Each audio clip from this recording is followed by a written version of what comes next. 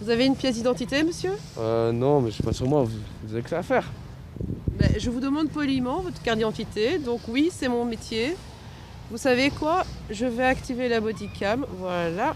Pas de problème. Voilà, monsieur, vous êtes filmé. Pour éviter l'escalade de la tension, cette policière active sa bodycam. Même si ce n'est ici qu'une évocation, la situation est susceptible de se produire fréquemment. Ça permet d'apaiser les tensions quand il y en a.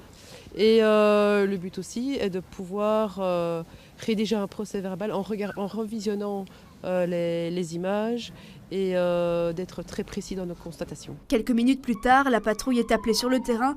Des pompiers se font canarder de boules de neige par des jeunes. Ici, c'était des boules de neige. Si ça avait été du mobilier urbain ou quelque chose de dangereux, la caméra aurait été activée par mes soins, ce qui pourrait aussi permettre, lors des extractions des images, d'identifier un auteur potentiel. Dans la zone de police Montgomery, elle est utilisée depuis 2 ans et testée quotidiennement depuis 6 mois.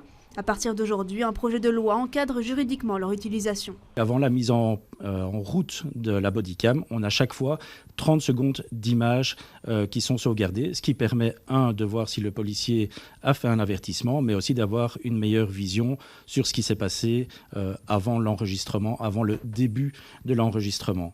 Les finalités d'utilisation sont maintenant reprises pour l'entièreté des zones de police.